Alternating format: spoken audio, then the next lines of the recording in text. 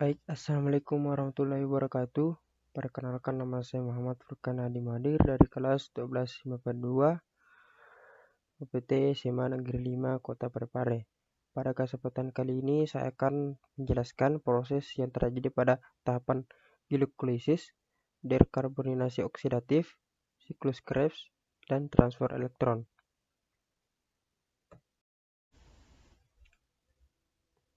Baik, pada kali ini saya akan menjelaskan proses transfer elektron.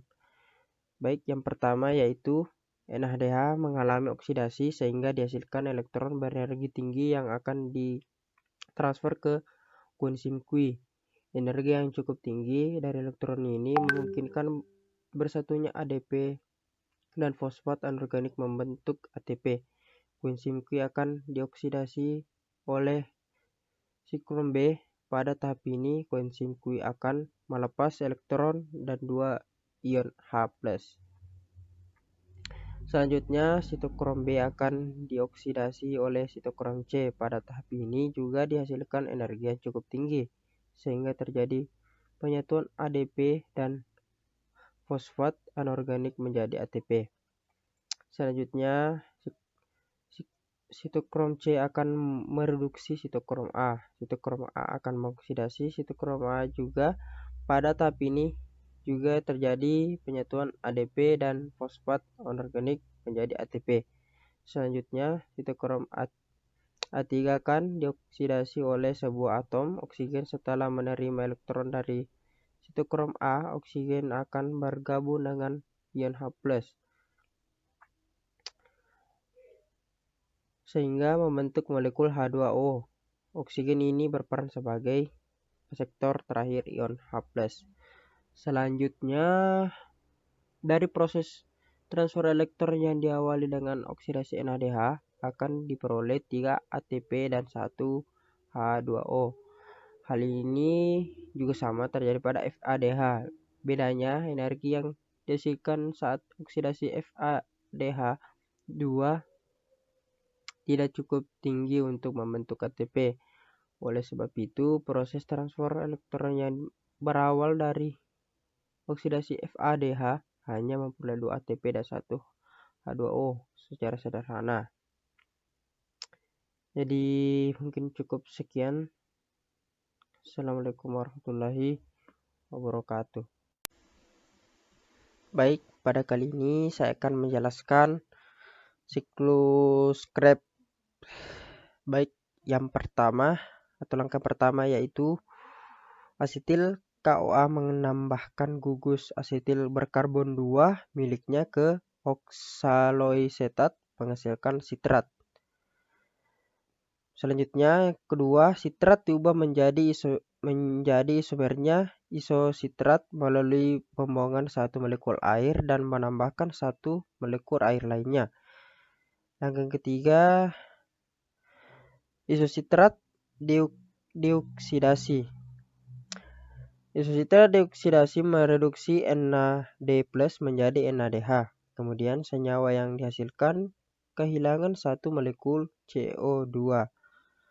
Selanjutnya langkah yang keempat yaitu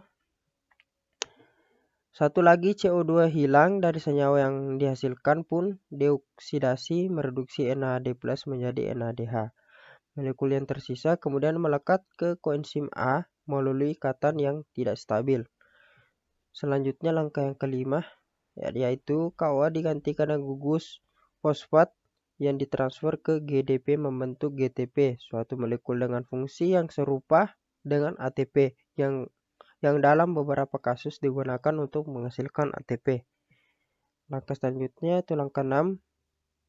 2 hidrogen ditransfer ke FADH membentuk FADH2 dan mengoksidasi suksinat. Selanjutnya langkah yang ketujuh yaitu penambahan satu molekul air menyusun ulang ikatan-ikatan dalam substrat. Selanjutnya langkah yang ke-8 yaitu substrat dioksidasi mereduksi NAD+ menjadi NADH dan membentuk kembali oksaloisetat. Jadi mungkin cukup sekian yang dapat saya sampaikan. Assalamualaikum warahmatullahi wabarakatuh.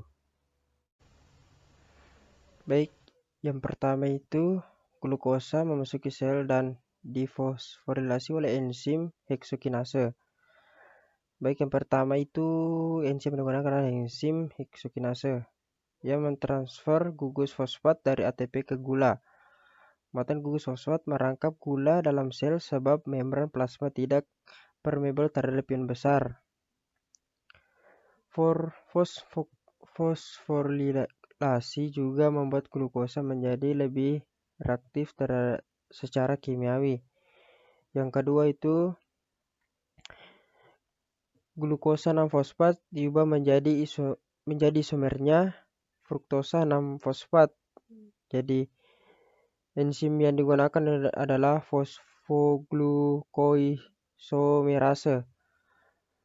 Yang ketiga itu enzim mentransfer gugus fosfat dari ATP ke gula, menginvestasikan satu lagi molekul ATP dalam glikolisis. Sejauh ini, 2 ATP telah digunakan dengan gugus fosfat di kedua ujung yang berlawanan.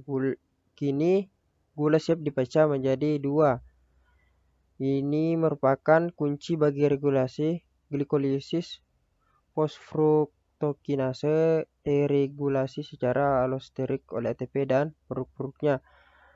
Yang ketiga itu enzim yang digunakan adalah fosfruktokinase. Yang keempat, reaksi yang menjadi sumber nama bagi glikolisis, enzim membelah molekul gula menjadi 2 buah berkarbon 3 yang berbeda, dehydrogenase fosfat dan gliserhidra 3 fosfat. Keduanya merupakan isomer satu sama lain dan enzim yang digunakan adalah aldolase. Yang ketiga, yang kelima maksudnya, mengkatalisis perubahan dapat balik antara kedua gula berkarbon 3. Reaksi ini tidak pernah mencapai kesetimbangan dalam sel sebab enzim berikutnya dalam glikolisis hanya menggunakan gliserhidra 3 fosfat sebagai substratnya dan tidak menggunakan dehydrogenase fosfat. Jadi hal ini menarik kesetimbangan ke arah gliseraldehidra 3 fosfat yang terpakai secepat pembentukannya. Dengan demikian, hasil neto langkah 4 dan 5 ini adalah pembentukan satu gula berkarbon 6 menjadi 2 molekul gliserhidra 3 fosfat. Masing-masing akan berlanjut ke langkah-langkah berikutnya dalam glikolisis. Jadi yang langkah ke-6, enzim ini menghasilkan 2 reaksi berurutan sambil memegang gliserhidra 3 fosfat dalam siklus akhirnya. Jadi pertama-tama gula dioksidasi melalui transfer elektron dan NH ke NAD membentuk NADH. Reaksi ini sangat eksogenik dan enzim tersebut menggunakan energi yang dilepaskan untuk melekatkan gugus fosfat ke substrat yang teroksidasi, membentuk produk yang berenergi persentase sangat tinggi. Sumber fosfat adalah kumpulan ion fosfat anorganik yang selalu ada di dalam sitosol. Jadi pada fase ini enzim yang digunakan adalah tirosa fosfat dehydrogenase. Ya, selanjutnya yang ketujuh, glikolisis menghasilkan beberapa ATP melalui fosforilasi tingkat substrat. Gugus fosfat yang ditambahkan dalam langkah sebelumnya ditransfer ke ADP dalam suatu reaksi eksogenik. Untuk setiap molekul glukosa yang masuk ke glikosis, langkah 7 ini menghasilkan 2 ATP karena setiap produk setelah langkah pemecahan gula itu terjadi di langkah yang keempat dikalikan 2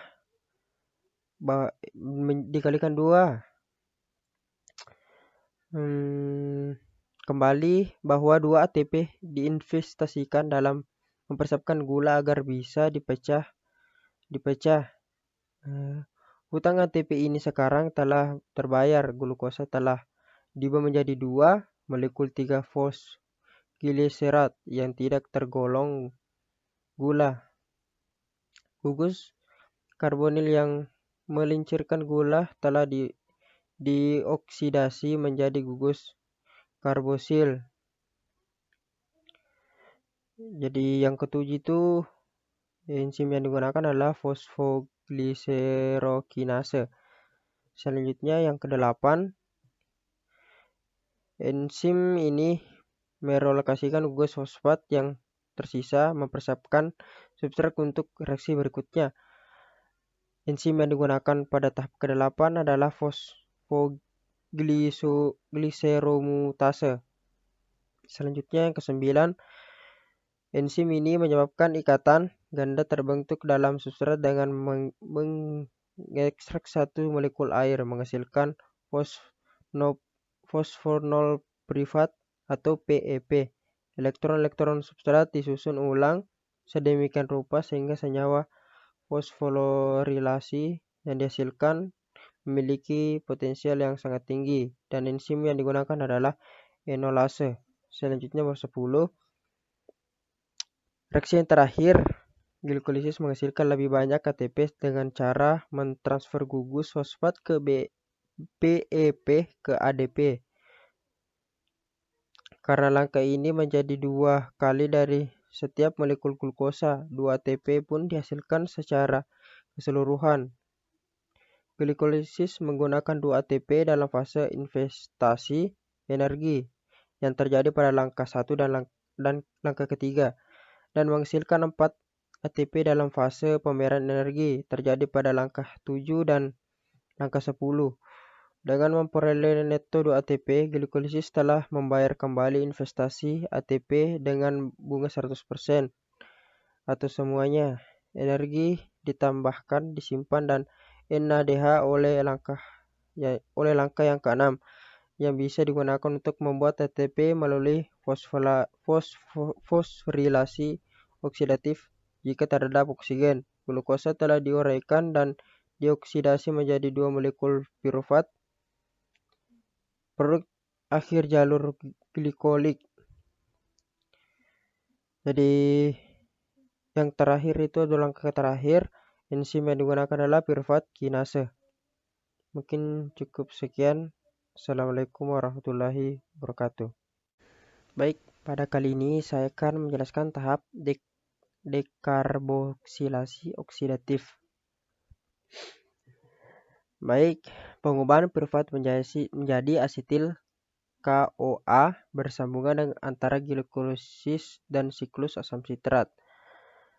Piruvat merupakan molekul bermuatan. Sehingga dalam sel eukarot piruvat harus memasuki mitokondria melalui transfer aktif.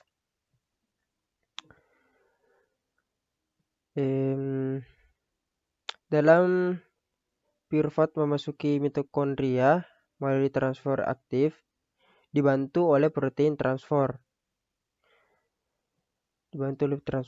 Protein transfer adalah ini.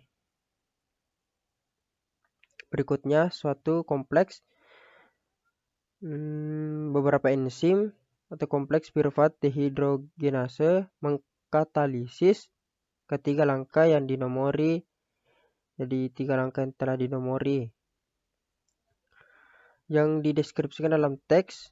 Gugus asetil pada asetil CoA akan memasuki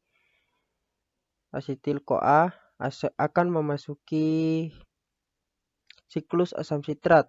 Molekul CO2 akan berdifusi keluar dari sel.